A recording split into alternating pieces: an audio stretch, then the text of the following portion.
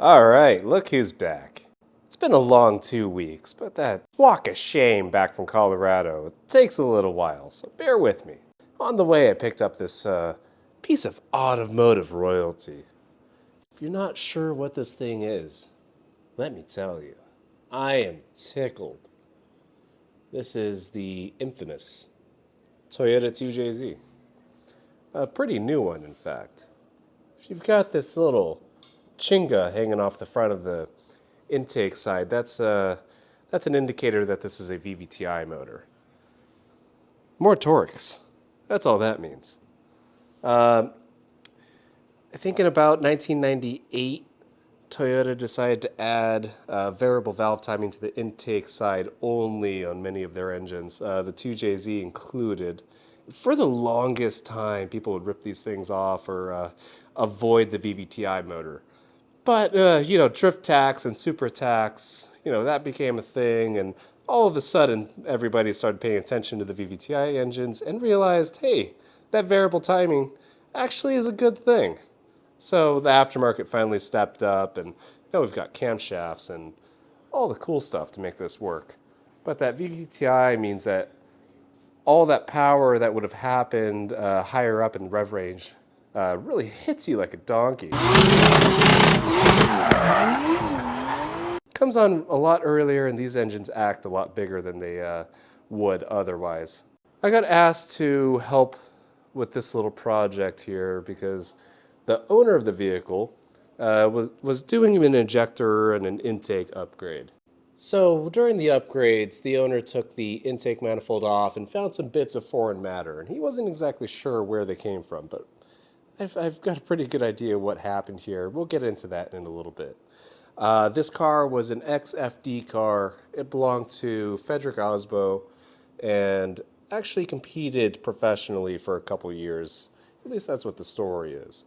Ended up with another drifting nerd, and then he bought it last year, and here we are. Supposedly this head's been worked on, but all evidence points to no, that's not the case. And is that a problem? No, not really. Everything's pretty solid here. It just looks very well used, very stock.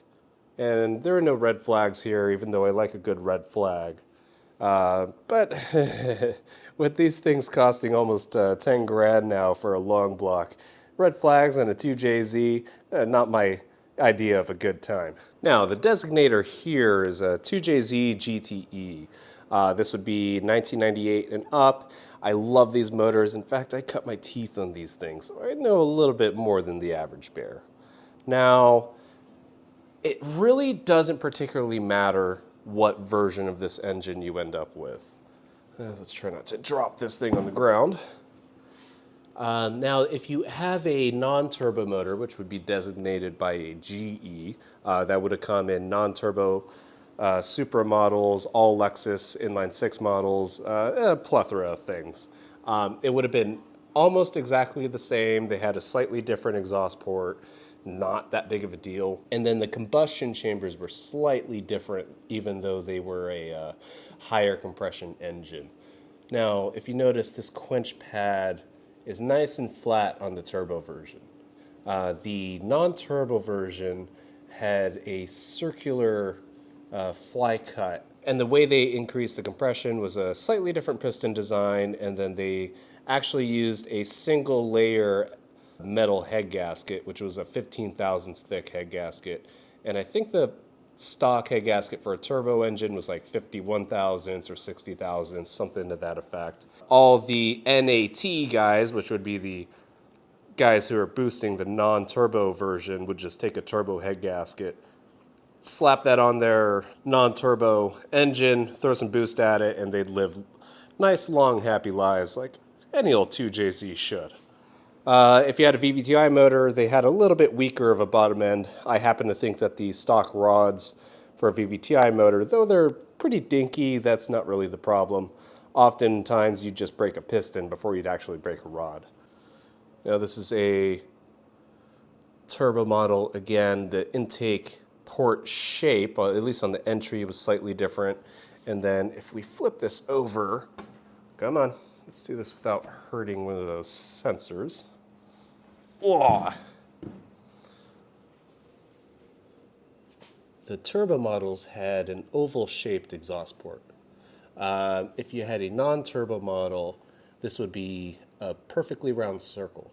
The bolt spacing was also a little bit different. They're not interchangeable, but there's plenty of support no matter which engine you end up with. So if you want to do 2J things, just get an engine. Doesn't really matter what you're going to start off with. You're often enough going to throw all the parts away and start over.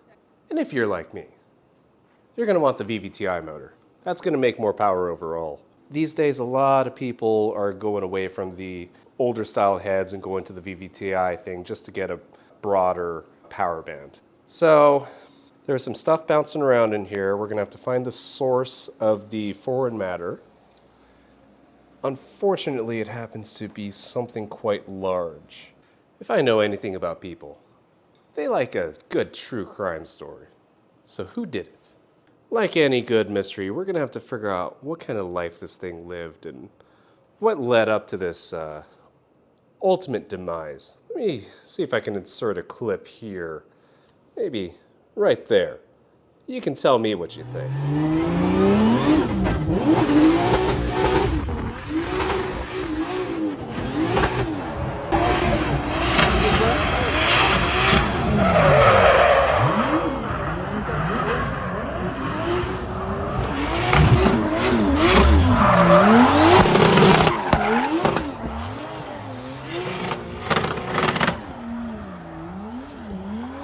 That really screams cream puff, doesn't it? Now, another thing I'm told is that the head should have had a set of upgraded springs on it. Head should have been gone through. I don't see evidence of that. Often enough, you'll have an aftermarket retainer if the springs are upgraded, though there are a couple companies selling a drop-in spring that uses the factory hardware. So we'll have to determine that when we get the springs off. Thankfully, this turbo didn't get taken out by whatever chunk of whatever was bouncing around inside of it. So let's go ahead and get these caps off, get these springs off. We'll see if we can uncover a little more of this mystery. Nothing screams incompetence more than my presence. It's using an impact to take everything apart. I'm already triggering enough. Let's just really lean into it now.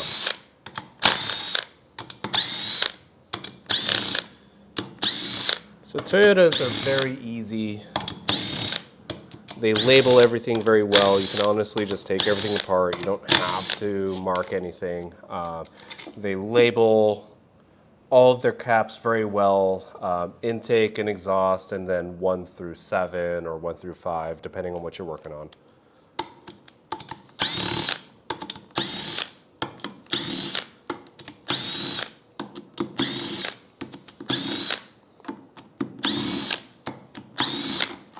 All right. They're more hardcore models like the 2JZ and the V8s.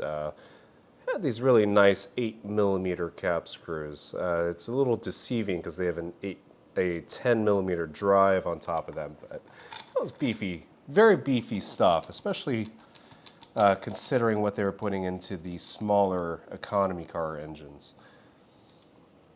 I like this era of Japanese motoring, particularly Toyota. They had a lot of money back then and weren't afraid to flaunt it. In fact, I have this little argument that I make.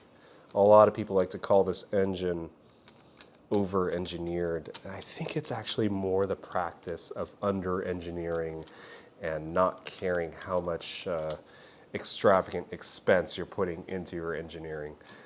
And to really simplify that, what I mean is, you know, we've all heard about the bean counters. Well, typically you're going to hear what the bean counters are saying is, no, we got to make it cheaper. Toyota didn't do that. Instead of putting exactly the connecting rod into their motors that they needed to fit the application, they put these big old thick boys in, and you know, now you hear these stories 20 years later of guys throwing 1,000 horsepower and 40 pounds of boost down these things' throats. And they're living well enough and, you know, holding up to the abuse. Many, many, many stories of these things unopened, handling all kinds of things they were never originally designed to do. All right. So there's the last cap. Whoa, don't drop that. Wow. I don't know if I can show you this or not, but these caps are immaculate. Usually you'd see something screwed up on the front cap, though this is one of the first ones to get oiling. Nope, I'm wrong. The front caps are the last ones to get oiling. Oil comes up through the back of the block, oils through the rear journal, then through the camshaft, and the camshaft has holes cross-drilled into it, and that's how the rest of the cam journals get oiling. So the furthest cap away from the oil supply, if they look pretty good, chances are the rest of them are going to look pretty good. On that same note, if you look at the oil hole coming out of the first oil feed and you see lines coming directly out of the oil hole, that's going to be an indicator that it had debris running through it. So by all means, this thing lived a hard life, but it's a very healthy engine, at least as far as the bottom end is concerned and the oiling system is concerned. I've got an expectation that we're going to be replacing these valves. These springs don't have much for spring pressure. It will not take much to get it apart.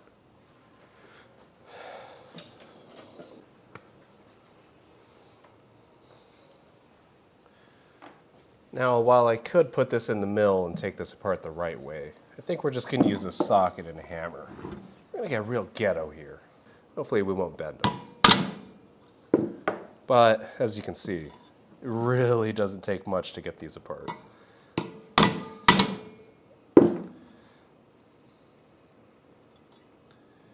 Oh. Look at that. That looks very stock to me. What do you think? Does that look like it's been replaced? Doesn't look like it was to me.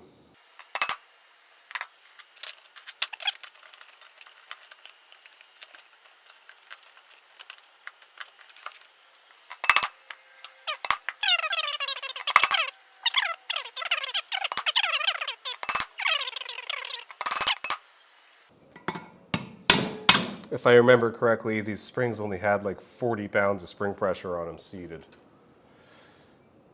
Quite dinky. And after talking with the guy that owns this, I'm surprised everything looks so good. We'll see what the valve faces look like, but he was turning this thing out up to like 8,000 RPM, something crazy. And I've heard your rev limiter, dude. Shift gears. All right, this is the intake side. Let's get this exhaust side split apart. Woo, keepers going everywhere. Those are going to get replaced.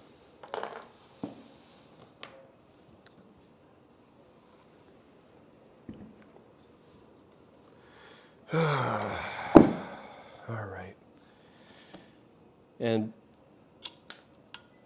based on what I'm seeing here, there is even more evidence that this thing has not been apart. Oh, maybe not.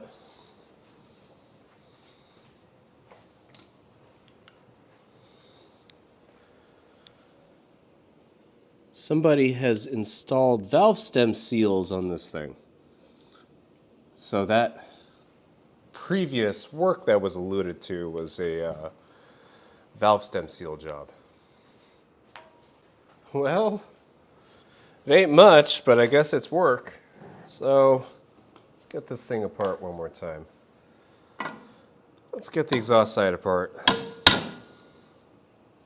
That's not abnormal for an import. A lot of guys just like to lap valves and change the valve stem seals. This head wasn't even surfaced. I'll show you in a minute how I know that. But Toyota has this finish that cuts on both sides, and they use a very narrow fly cutter to surface their heads when they're new. Finally, an engine I almost even like. I've got some fond memories of this era of my automotive career.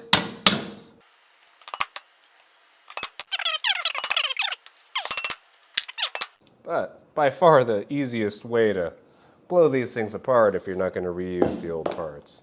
I'm going to bet on some amount of Carnage. Looking a little crazy. One thing worth noting is if you have a Japanese engine, sometimes you'll get these really cool tin-coated pucks or adjusting shims. That's a nice little feature. These things have no wear on them at all, even though this thing lived a very, very hard life. He's not going to do any cam follower upgrades or bucket upgrades, so we're going to keep the shim over bucket style cam follower. Though 8,000 RPM, you're kind of pushing it on valve train control on one of these things. I dare say that that's beyond the limitations of the stock valve train. Okay, keeper's going to go everywhere, but it's all good. Wow. Guides are not even smoked. Kind of. We'll get to that. So, before we get these valves out, why don't you leave a comment? Take a guess at what you think was bouncing around inside of this engine. I'll give you a hint. It's something internal to the cylinder head. Nice. These parts look like they were in a race motor with hot roddy fuel. He said he was running this on E90, and I smell it now. I hate ethanol fuels. You can tell when someone's running an engine on ethanol. Oh man, these parts look pretty good for an E motor, though. Some of this detonation and debris and crap bouncing around in there, it's not a good look. All right. Exhaust seats look pretty normal. Nothing I wouldn't expect. What do you think? Is that a healthy engine? It's surprising how rough these things can look, but actually run really, really well. And I have no doubts that this thing ran perfectly fine like this. What is that? That looks like... This staining here looks like it sat outside or sat with water in it. You can see the same staining on the valve face itself. All right. Let's see. These valves are really good quality valves. I have no hesitation to put these back into the motor if I didn't suspect that there was something wrong with them. I'll have to check run out on them to see whether or not they're going to be an issue. One of the things I did want to look out for is whatever these big chunks are, I wanted to make sure that that piece of debris didn't get pinched by the valve and leave a giant ding in one of the valves. So we'll have to give these a good visual inspection as well as a run-out check. So let's see. So far, exhaust valves are looking pretty kosher. Come on, focus. Normal. Come on, focus. Normal. Weird, but normal. All right.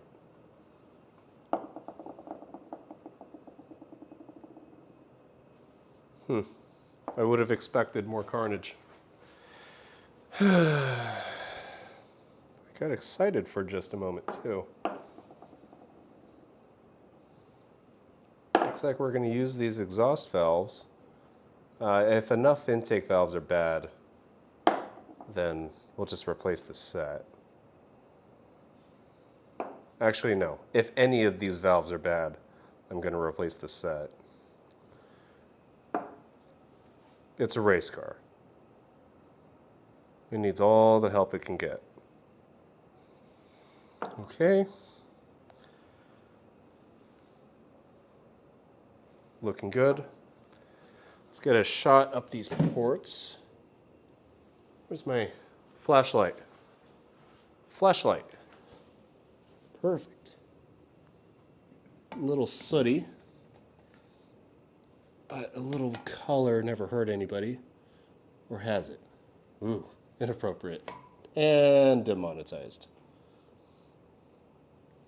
Let's turn that level down.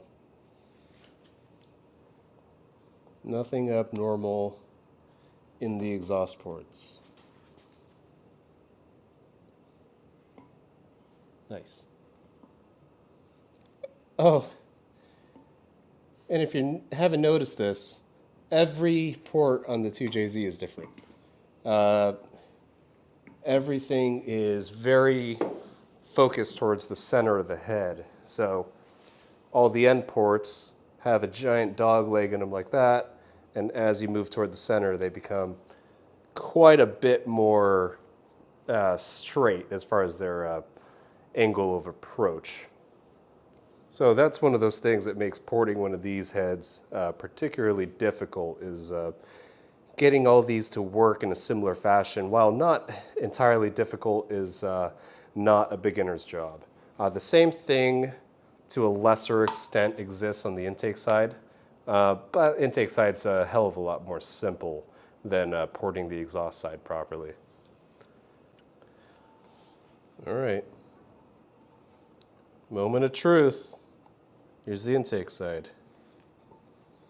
I sure hope that these aren't bad. I would really like to use these valves.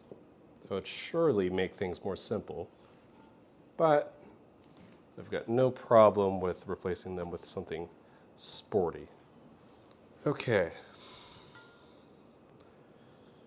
Nice. Still even has the coating on the valve faces.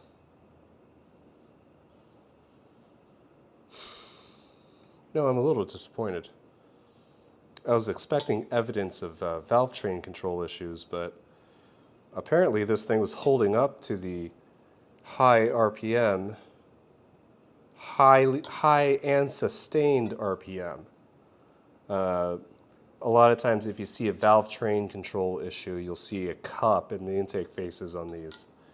And unfortunately, it doesn't seem to be the case. What's that? Guide's a normal amount of sloppy. Whoa, that one's stuck. That's probably my fault. Oh, that intake guide smoked.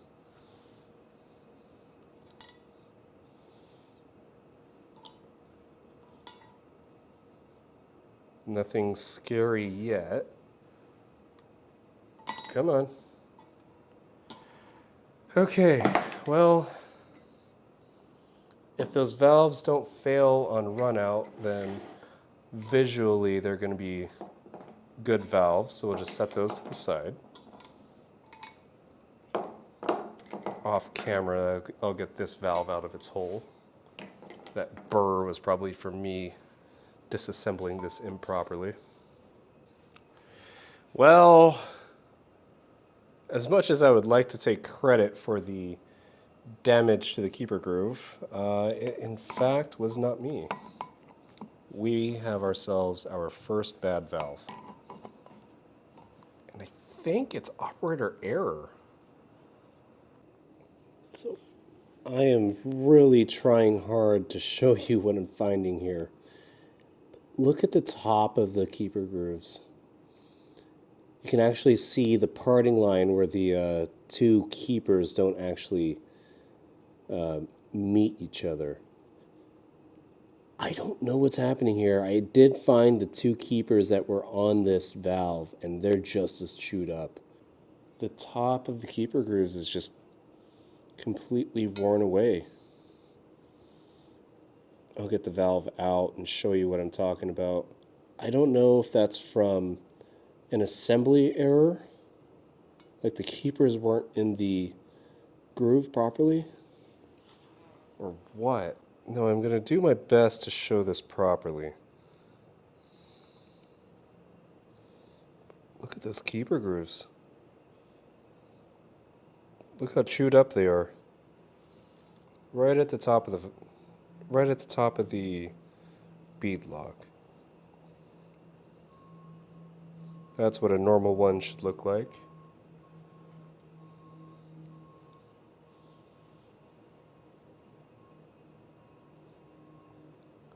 Well, I'm glad we found some carnage. Now I can sleep in peace.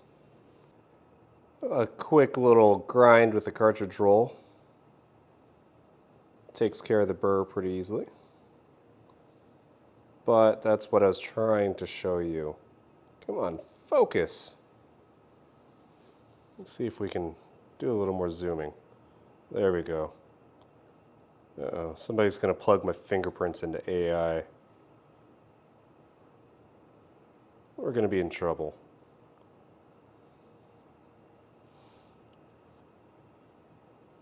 I'm not too worried. If they want to be me, they're going to be in for a surprise. Wow. I have never seen that before. It's only this valve. I have a hard time believing that this one valve was the only one that had a valve train control problem, but also noticing that there's grooves, some very light grooves. You can almost see the deflection where it's not flat.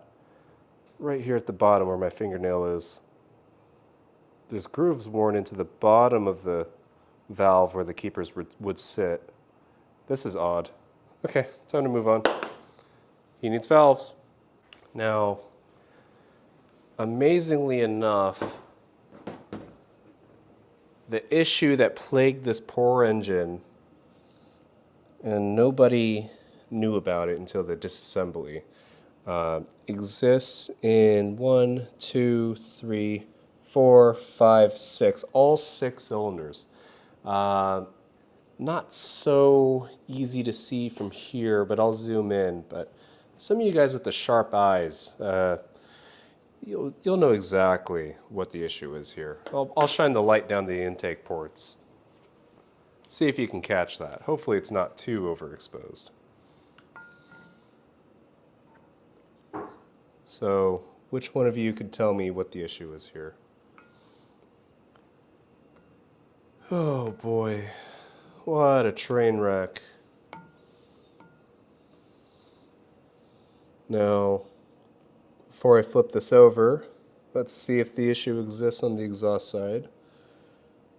Doesn't seem to be the case. Curious. Well now, she's clapped out, bud.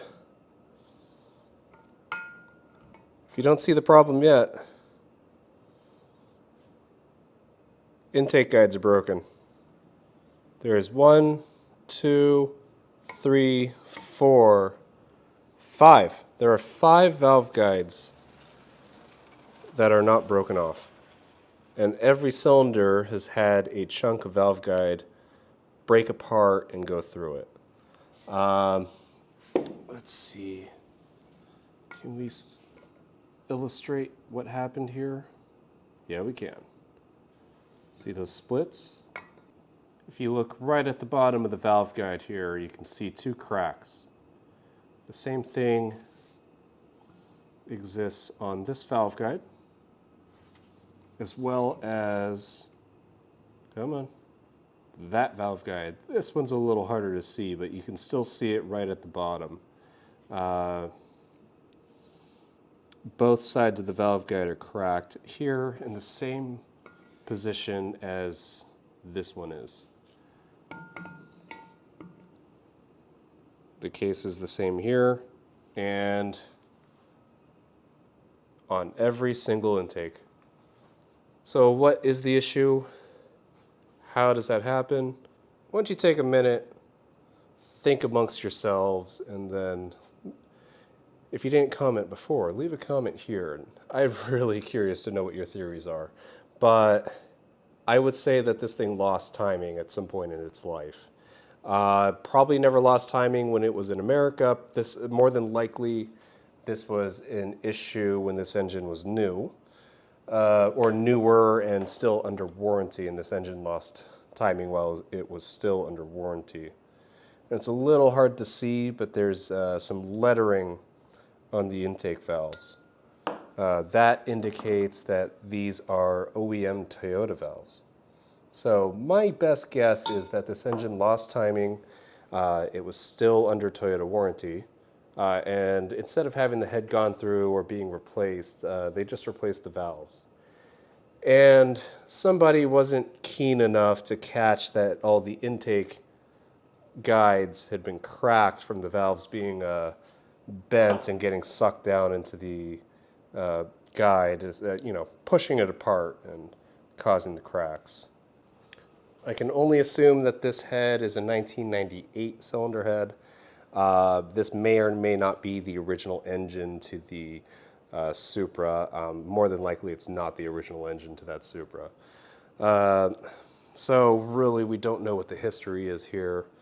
But unfortunately, we're going to condemn all of these intake valves. Because of the application, I'm going to condemn all of the valve springs. And we need to put new intake guides in it at least. But because it's a race car, this engine is quite old. It's 25 years old. We're going to have to do all new exhaust guides as well, and then give it a nice refresh. Thankfully, my boys at SI Valves have me covered. They sent me a set of some really nice manganese bronze guides that have this little convenient stopper built into them. I'll be getting these knocked out, and we'll be installing these nice new bronze guides. I'll get everything all cleaned up here. In a different video, we're going to do a very simple build series here. I don't anticipate that I'll be doing anything too crazy, just a good valve job. We'll get it set up for the camshafts, which supposedly these are aftermarket camshafts, but based on everything else, I doubt that they are. They're sitting on the shelf over there, so I'll get them pulled out and we'll take a look at them. I'm so angry. The parts are oily. I hate that. All right. These have, I forget which side is which. I want to say that the distributor would have lived on the exhaust side on these. Is that right? I don't remember. Where's the cam sensor? Yep, I think that's right. Let's grab the other cam.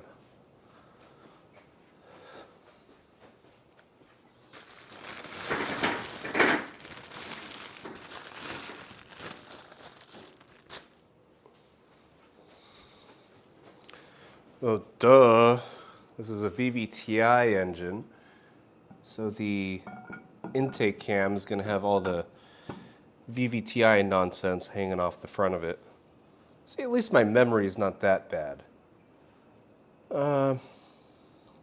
Old enough engines had a distributor hanging off of the front of them. So that's what this gear is, and that's not used on this engine. As cherry as these cams look, these are not, in fact, aftermarket cams. These are the factory VVTi cams that came on this engine. So this thing must not have a ton of miles, because this is about as cherry as it gets. So I wanted to set these in here to get an idea on cylinder head warp. Nope, it rocks, but it only rocks on the camshaft, so there's a slight amount of bend here. It's hard to illustrate, so it's hard to illustrate on camera, so just trust me. No rocking here, but if I flip it into a different position, I can actually rock the camshaft. So this cam's bent This one feels good. That honestly could have happened from disassembly if somebody wasn't careful pulling that cam off. Toyotas have a really nice cam core, but if you're working on a piece of crap like an RB, those cams are very, very dinky. It's not unheard of to break a camshaft during operation or even during install.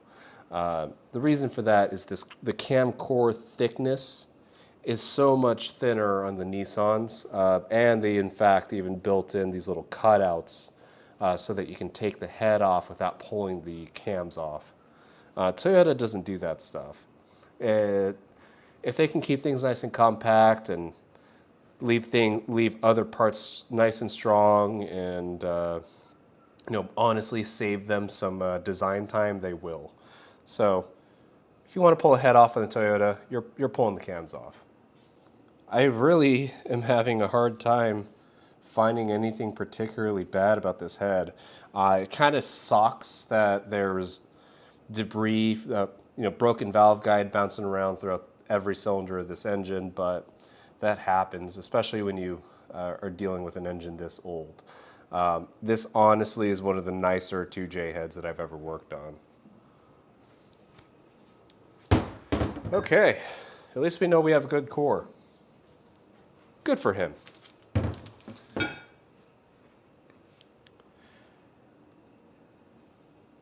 All right.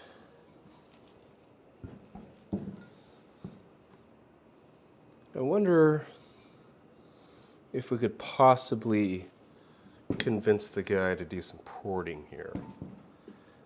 I don't necessarily want to port it. I don't really have the bandwidth nor the time, but we'll see where this conversation goes. This guy's Tech World on Instagram. It's a pretty cool car. Kind of plays on some of my old nostalgia here, but I think we got a good basis for an engine build. What do you think? Should we fix this damage? Or should we leave it alone? It could really go either way. It doesn't necessarily mean anything. So obviously there's a few different directions that I can go with this thing. I'll talk with the owner of the vehicle and we'll see what he wants to do. I'll let him know what I want to do. We'll find a nice little compromise. That's what life's all about, compromise. So soon I've got a set of air-cooled 911 heads coming. Those are from Marco at TLG Auto. That's going to be a pretty fun series. I like working on 911 heads, but it's a very different world, and that's going to be a pretty long process. So probably we'll get a few videos out of that. He's got a laundry list of things that he wants done, and he's the type where everything needs to be perfect, and there's going to be no corners cut, and it's got to be done a particular way, which is very enjoyable for me. On top of that, it's almost race season. I've got a couple PCA guys, which is Porsche Club of America, that race Spec 944. I've got to get some heads refreshed for this coming season. Then I've got some very unobtainium MK2 Golf stuff to get done. I'm waiting on a camshaft for that cylinder head. Once that cam gets ground, then we'll be able to get that thing going. The cam core is here, but I'm waiting on Dima Elgin to get that cam ground. Now lastly, I want to address one more thing, and this is going to be as serious as I'll ever get. If you're one of my peers and you see my videos and you don't like it, you don't like the way I'm doing things, don't participate. Don't consume the media. This isn't real life. There's going to be some fact sprinkled in here and there, but I enjoy the satire. I enjoy poking a little fun. I'm kind of not that, I'm really enjoying the fact that I can put videos out here, be a little unprofessional, and just do something that I enjoy. So if you don't enjoy it, just don't participate. It's not that hard. So on that note, we're going to stop. I appreciate you watching until the end of the video. This is going to be a good year. I'm really looking forward to what I've got planned and, interacting with you guys. This channel's grown really, really fast. Hopefully, we're going to be at 100,000 by the end of the year. We're almost at 40K. Hopefully by Monday, we'll be at 40K. Now, I really enjoy interacting with you guys in the comments, so let me know what you think we should do with this thing. I'll interact for the first day or two. It's really one of the best parts about posting on YouTube. So, appreciate it, you guys. You're the best. I'll see you next time. So, I can't believe I almost forgot about this, but Nick and Sammy and the entire Jamsey Online family, congratulations!